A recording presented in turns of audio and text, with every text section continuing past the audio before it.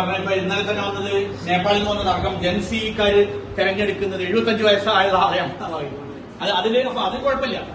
കാരണം നമുക്കൊക്കെ മനസ്സിന്റെ ഇത് മാറ്റാൻ കഴിയും. അപ്പൊ ഞാൻ പറഞ്ഞു ഇത്തരത്തിലുള്ള ഒരു സങ്കീർണമായ യഥാർത്ഥത്തിൽ ഇപ്പൊ ഒരു ഉടമയ്ക്ക് പോലും റുപ്പർട്ട് മർഡോക്ക് 90-കൾ കഴിഞ്ഞ് അദ്ദേഹത്തിന്റെ മകനെ ഇപ്പൊ അടുത്ത് ഏൽപ്പിച്ചു. സ്റ്റാർ നെറ്റ്വർക്ക് ലോകത്തിലെ ഏറ്റവും വലിയ മാധ്യമം അറിയാം. റുപ്പർട്ട് മർഡോക്ക് സ്റ്റാർ ടിവിയുടെയും സോണി ചാനലുകളുടെയും ഹോളിവുഡിലെ സ്റ്റുഡിയോകളുടെയും നിരവധിയായ മാധ്യമ പ്രസിദ്ധീകരണങ്ങൾ ലോകത്ത് മുഴുവനുള്ള പത്രങ്ങളും ചാനലുകളും പിന്നെ പുസ്തക പ്രസിദ്ധീകരണശാലകളും എല്ലാം ഉടമസ്ഥയായിട്ടുള്ള ഒരു സാമ്രാജ്യമാണ് മർഡോക്ക് എന്ന് പറയുന്നത്. അദ്ദേഹം അദ്ദേഹത്തിന്റെ മകനെ ഇപ്പോ അടുത്ത അദ്ദേഹത്തിന് മാറി എന്ന് പറയുന്നത്.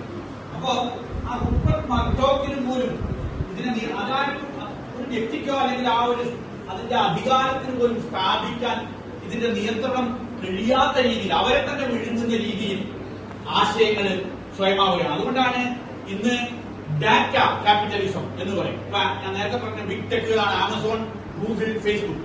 ഈ മൂന്നിന്റെയും ഏറ്റവും വലിയ അവരുടെ വലിയ കെട്ടിടങ്ങളോ അവരുടെ അക്കൗണ്ടുകളോ മാത്രമല്ല, അവരുടെ ഡാറ്റയാണ്. അതിലേക്ക് ഫീഡ് ചെയ്തിട്ടുള്ള ഡാറ്റകൾ